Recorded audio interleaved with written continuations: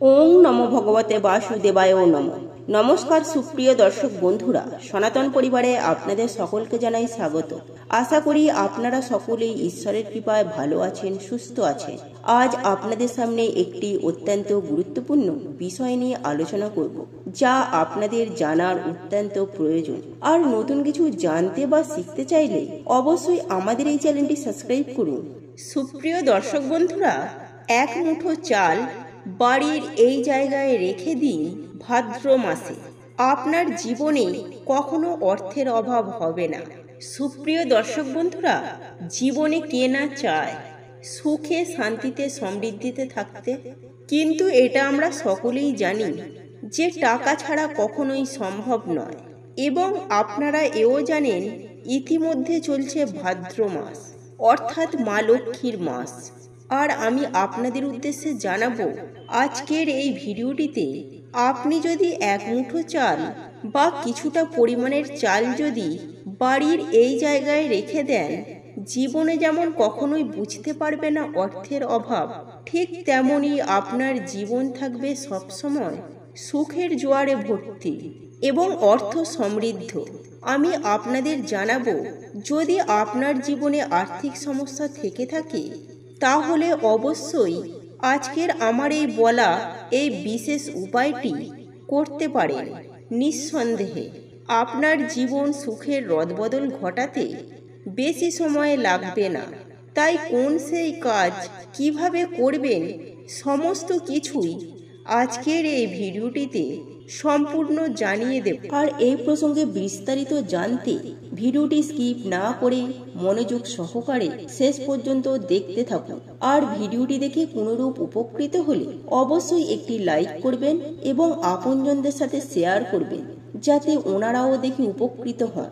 আর যারা সনাতন পরিবারে নতুন হয়ে আছেন, তারা অবশ্যই আমাদের এই চ্যানেলটি সাবস্ক্রাইব করুন এবং পাশে থাকা বেল বাটনটি প্রেস করুন এরূপ নিত্য নতুন ভিডিও সবার আগে দেখার জন্য। তাহলে চলুন বন্ধুরা, আর সময় নষ্ট না করে ভিডিওর মূল পর্বে প্রবেশ করা যাক। সুপ্রিয় দর্শক বন্ধুরা, ইতিমধ্যেই আপনারা জানেন ভাদ্র মাস পড়ে গেছে। আর এই ভাদ্র মাস হলো মা লক্ষ্মীর মাস।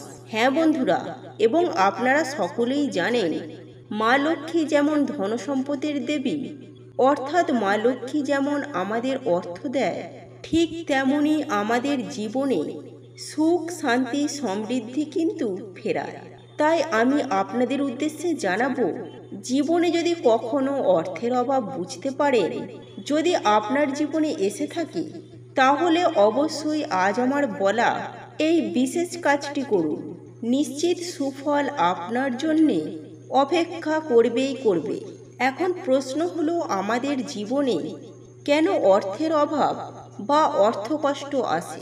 সুপ্রিয় দর্শক বন্ধুরা, আমাদের জ্যোতিষ শাস্ত্র মতে যে 9টি গ্রহ রয়েছে, তার মধ্যে সব থেকে বেশি আমাদের মন দ্বারা পরিচিত হয়ে থাকে চন্দ্র।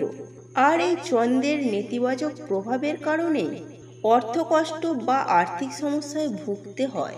তাই চন্দ্র রাশিকে আমি আপনাদের জানাবো, উপকৃত বা প্রসন্ন করতে হলে আমাদের দৈনন্দিন কাল বা প্রাচীন কাল থেকে কিন্তু বিভিন্ন রকমের টোটকা উপাচারের বিষয় চলে আসছে।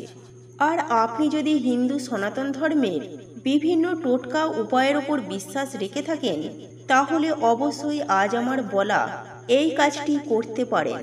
এবং প্রথমে আমি আপনাদের যে বিষয়ে অবগত করব, এবং আপনারা সেটা কম বেশি সকলেই জানেন, টাকা দিয়ে যেমন জীবনে টাকা আনা যায়, ঠিক তেমনই মনে রাখবেন, এই অন্ন অর্থাৎ চাল কিন্তু মা লক্ষ্মীর একটি অত্যন্ত প্রিয় জিনিস, এবং মা আমাদের এই জিনিস দুহাত ভরে দেন।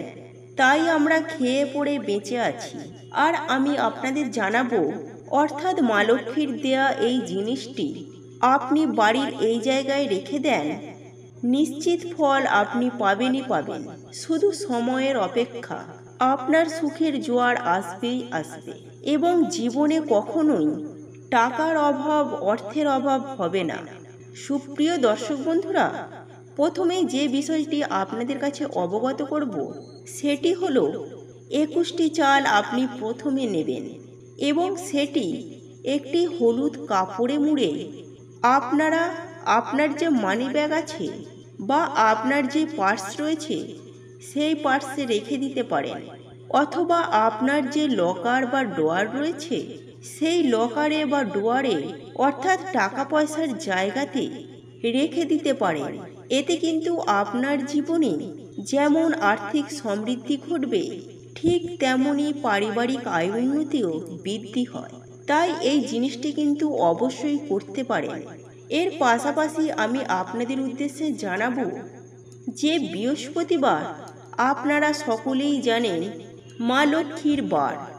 তাই এই দিন যদি আপনারা বিশেষ একটি কাজ করতে পারেন এই চাল দিয়ে, তাহলে কিন্তু অনেক ফল পাওয়া যায়।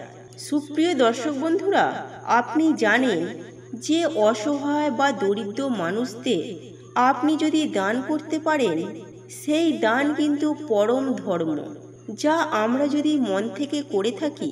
তাই অবশ্যই বৃহস্পতিবার দিন আপনি সাদা রঙের জিনিস যেমন চিনি, দই, দুধ, পোস্ত অথবা চাল যদি কোনো অসহায় মানুষকে নিবেদন করতে পারেন অর্থাৎ দান করতে পারেন, তাহলে আপনার জীবনে কখনোই অর্থের অভাব বলে থাকবে না।